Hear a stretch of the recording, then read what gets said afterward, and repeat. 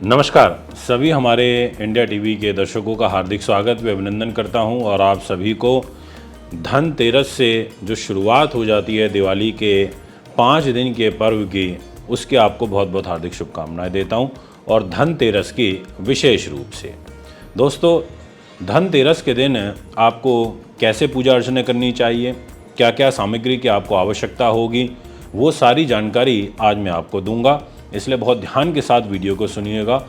एक एक चीज़ को आज के इस वीडियो के माध्यम से कवर करने की कोशिश करेंगे। तो ये जो भगवान धन्वंतरी की पूजा इसमें करी जाती है, इसमें आयुर्वेद के देवता जो हैं भगवान धन्वंतरी को कहा जाता है।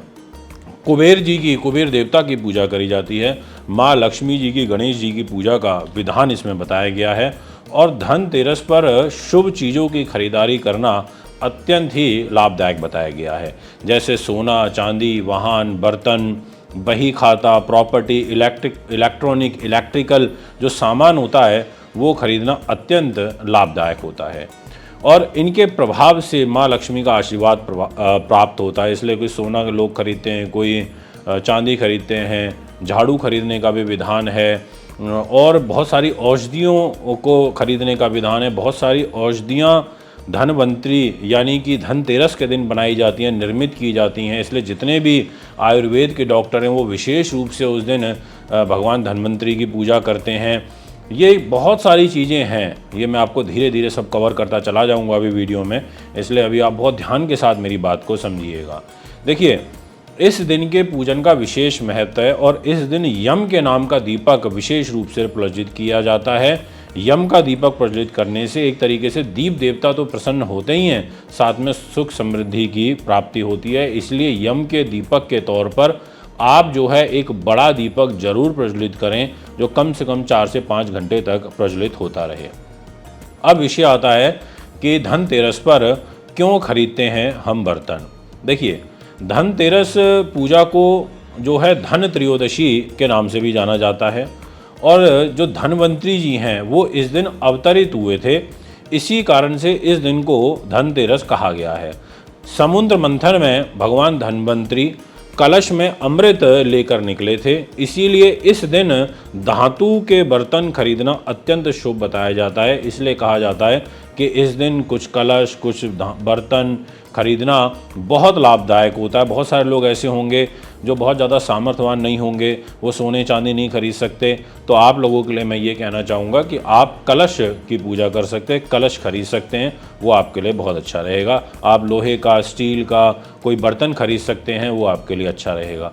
अब विषय आता है कि धनतेरस की जो पूजा है उसका जो मुहूर्त है वो कब से रहेगा। अब 29 अक्टूबर को 2024 में धनतेरस जो है वो मनाई जाएगी और कृष्ण पक्ष की जो कार्तिक कृष्ण पक्ष की जो त्रयोदशी तिथि है वो 29 तारीख को शुरू हो रही है, सुबह लगभग 10:31 पर, और फिर अगले दिन यानी कि नेक्स्ट डे ये समाप्त होगी दोपहर में 1:15 पर 30 अक्टूबर को।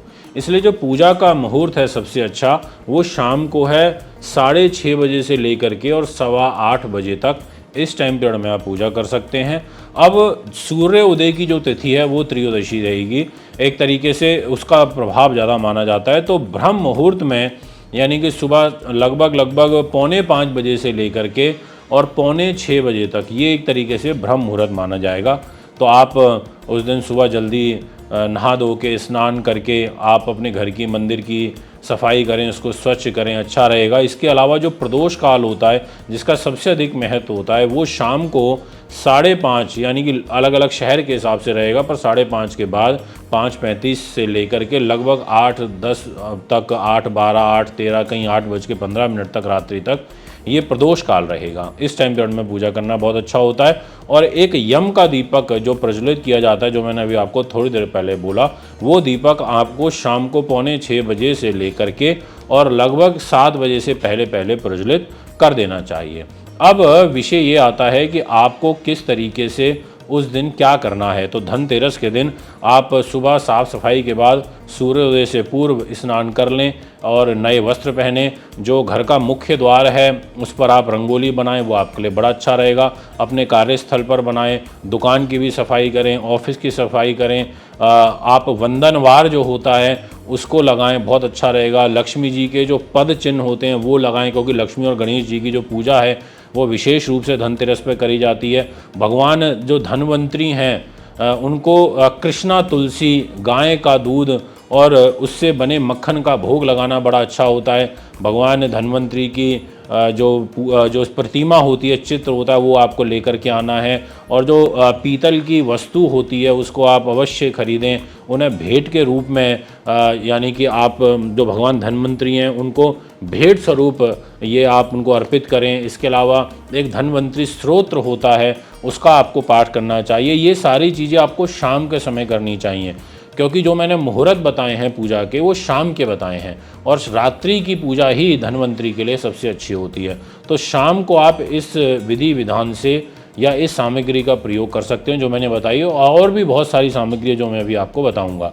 इसके अलावा धन के जो देवता कुबेर हैं और माँ लक्ष्मी की षोडशोपचार पूजा विधि से आपको पूजा करनी चाहिए। अब इसके लिए आपको ब्राह्मण की आवश्यकता होगी। अगर आप प्रॉपर विधिवत तरीके से पूजा करवा रहे हैं तो आप ब्राह्मण को बुलवाएं घर में और बोलें उनको षोडशोपचार पूजा जो है वो मुझे यहाँ पर करानी है।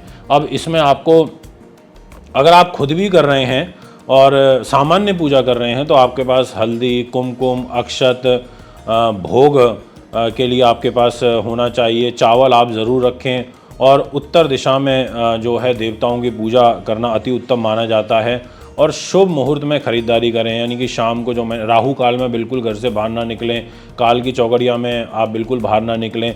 और आपको विशेष रूप से माँ लक्ष्मी की, आपको गणेश जी की जो तस्वीर है अगर आपने मंदिर में पहले से रखी हुई है तो आप उसी तस्वीर का इस्तेमाल आप पूजा में भी कर सकते हो।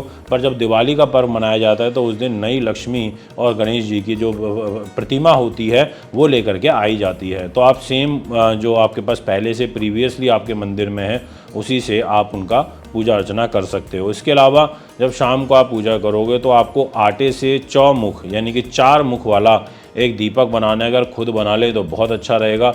उसमें सरसों का या तिल का तेल आपको डाल करके घर के दक्षिण दिशा में या घर की जो दहलीज की दक्षिण दिशा की तरफ मुख करके उसको जलाना चाहिए। बहुत अच्छा रहता है ये दक्षिण दिशा में जलाया हुआ दीपक। अपने पितरों को आपको विशेष रूप से ध्यान रखना है, क्योंकि बोला जाता है ना, पितृदेवताभ्यो नमः, यानी कि पितरों की पूजा का विशेष विधान इस दिन बताया जाता है। ये मैं आपसे कहना चाहूँगा। इसके अलावा जितने भी विशेष रूप से जैसे सुपारी का प्रयोग आपको करना चाहिए वो आपके लिए बहुत अच्छा रहेगा। अब आपको, जैसे मैंने बोला कि जो पीतल का दीपक है हमें ज़रूर जलाना चाहिए, और इसके अलावा हमारे को रोली इसलिए रखनी होती है कि उससे हम तिलक करते हैं धन्वंतरी भगवान का, गणेश जी का और माँ लक्ष्मी का। और जो आप पीतल का जो कुछ भी दीपक रखेंगे पीतल का, अगर आप कुछ सामान खरीद के लोटा लेके आ रहे हैं या कोई स्टील का लोटा लेके आ रहे हैं तो उसको भी आप तिलक ज़रूर लगाएं। हल्दी इसमें ज़रूर रखनी चाहिए, क्योंकि औषधि के रूप में हल्दी होती है, और जितने भी औषधि निर्माता होते हैं उस दिन ये पूजा ज़रूर करते हैं। तो हल्दी के अंदर औषधीय गुण अधिक होते हैं, इसलिए अगर आप हल्दी का भी तिलक आप ज़रूर कीजिएगा उस दिन माँ लक्ष्मी को, धन्वंतरी देवता को। साथ में आपको चावल ज़रूर रखने हैं। तिलक पर लगाने के लिए आपको कुछ वस्त्र स्वरूप मतलब समर्पित करने हैं, कुछ कलावा, मोली, जैसे कहते हैं ना कि वस्त्र भगवान को पहनाए जाते हैं, तो ऐसे ही कुछ वस्त्र आप रख लीजिएगा और उसको अर्पित करिएगा, फिर उस पर तिलक लगाइएगा। आपको ये मतलब माता लक्ष्मी को सुगंध अति प्रिय होती है, तो आपको कुछ ऐसी धूप रखनी चाहिए जिसमें से खुशबू गुलाब की निकल रही हो, अच्छी सुगंध आ रही हो, तो वो आपके लिए बहुत अच्छा रहेगा। इसके अलावा खील बतासे जो होते हैं उनका विशेष महत्व होता है, और ये पूरे 5 दिन के पर्व में खील बतासे जो होते हैं वो चढ़ाए जाते हैं। तो ये आपको ज़रूर रखने हैं जो चावल से बनते हैं।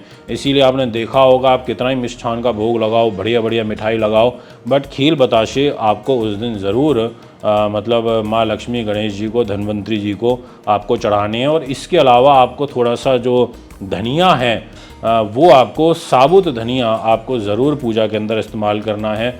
ऐसा कहते हैं कि ये साबुत धनिया चढ़ाने से भगवान धन्वंतरी बड़े प्रसन्न होते हैं, कुबेर जी बड़े प्रसन्न होते हैं, और इससे हमारे घर में जो पॉजिटिव वाइब्स आती हैं, उसके अलावा प्रसन्न होकर के हमारी इच्छा पूर्ति का वरदान मिलता है। इसके अलावा लौंग का, इलायची का, आप तेज पत्ता, दालचीनी, ऐसी चीज़ों को भी आप पूजा के अंदर रख सकते हैं, क्योंकि औषधीय रूप में पूजित जाती हैं, इनका बड़ा प्रभाव होता है।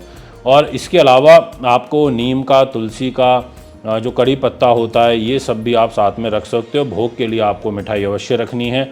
इसके अलावा आपको विशेष रूप से ये आपको ध्यान रखना होगा कि जब आप पूजा करेंगे तो उस पूजा में सबसे पहले आपको क्या करना है कि जब आप दीप प्रज्वलित करेंगे तो किसी के यहाँ विधान होता है 13 दीपक प्रज्वलित करने का, किसी के यहाँ विधान होता है एक ही बड़ा दीपक जलाने का। तो जो बड़ा दीपक एक जलेगा वो तो यम के नाम का जलेगा ही, और अगर आपका 13 दीपक जलाने का विधान है तो 13 दीपक आपको ज़रूर जलाने चाहिए उस दिन।